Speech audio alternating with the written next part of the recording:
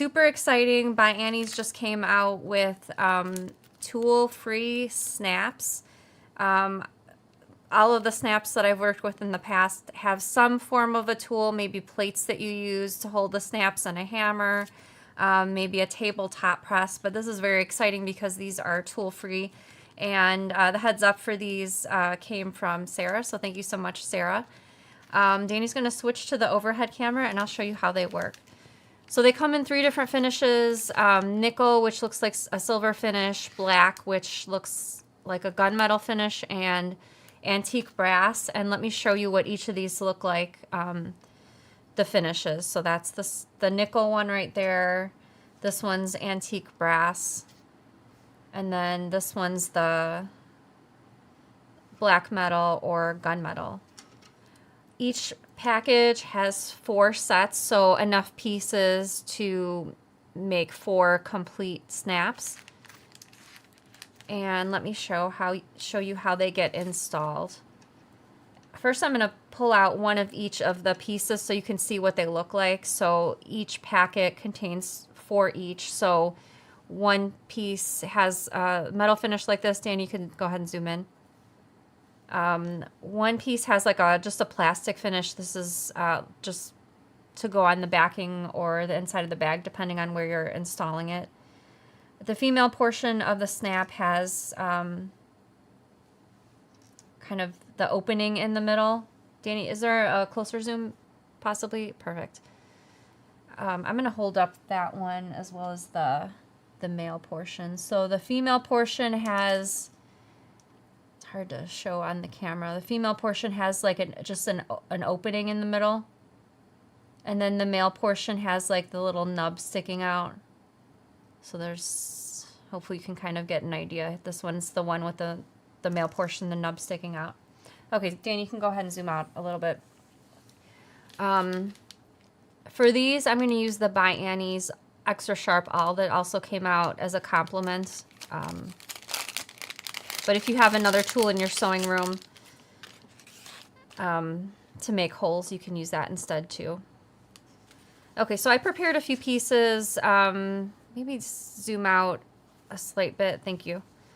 I prepared a few pieces before the show. So this is a piece of quilting cotton attached to foam interfacing. This will be the body of the bag as I'll be assembling it, our theoretical bag. Here's a flap. So the blue is my exterior fabric attached to foam interfacing, and then the lining fabric is attached to shape flex. So this is about, either of these 2 thicknesses is about as thick as you can get. And if you're using something different than quilting cotton, you'll just want to test it out first. And it's really easy to test it out. You can just get a little scrap of fabric, attach it to interfacing, make your hole through the fabric, and then you can check to make sure that from the caps, the post length can go through the thickness of your fabric. So you don't want to use something super thin like just a single piece of quilting cotton. You want multiple layers to be as thick as either the quilting cotton attached to the foam or like my flap layers right here.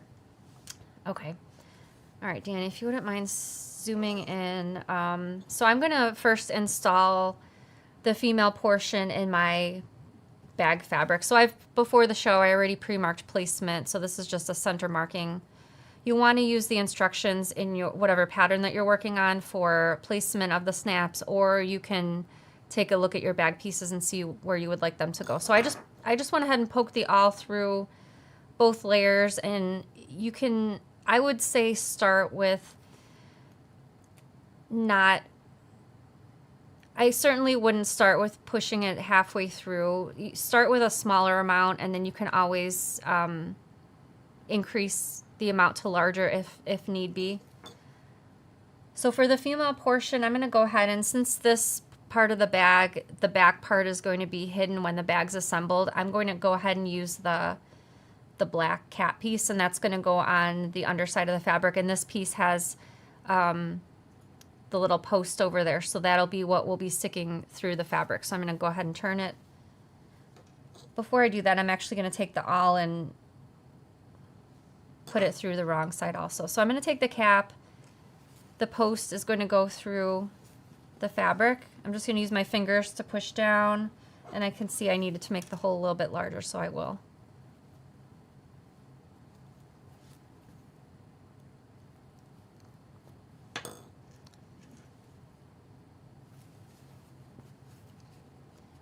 Okay, so the post should be coming through the fabric, and I'm actually going to use the awl. Oh gosh, I guess I need a bigger hole.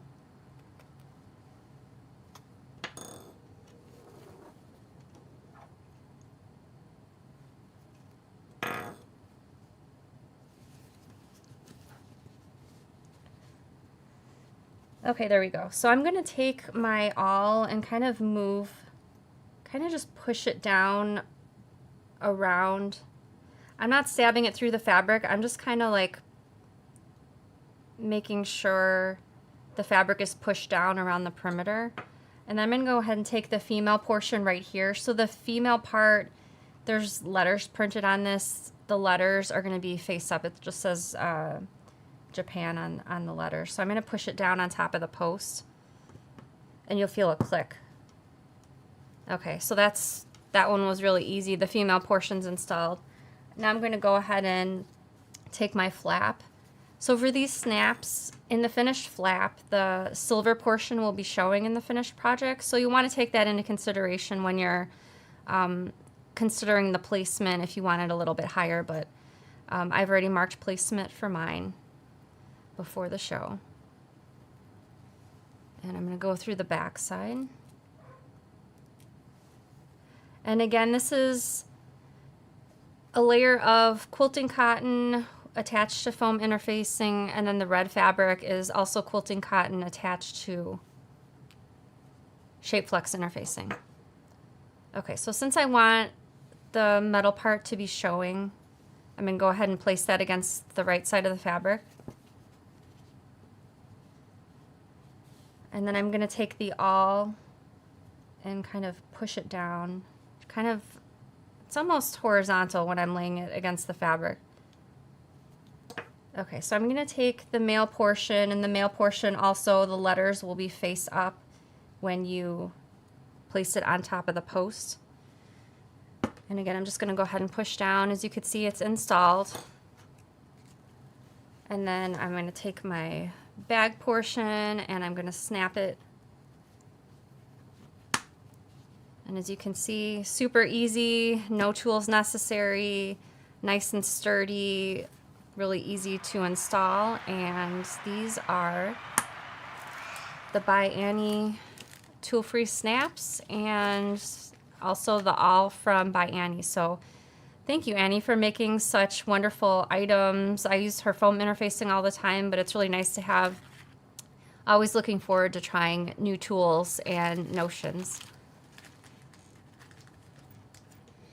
All right, so I have a question for you. Oh, one thing I wanted to let you know, the little flap that I used in that demonstration was a video I did a couple years ago, 10 styles of flaps, and I have a free video and free templates that you can download for 10 different pattern pieces for flaps. So if you ever are working on a bag and you maybe want to add a flap if it doesn't have one, or you want to modify a flap, you can download the templates and print them out, adjust them, do whatever you'd like to, and the link is in the description for these flat pieces as well. All right, so my question, you can let me know in the comments, what is your favorite type of closure for bags? Do you like snaps like the one I just showed? Do you prefer magnetic snaps, Velcro, maybe like invisible magnetic snaps? Let me know in the comments what your favorite is for closures for bags.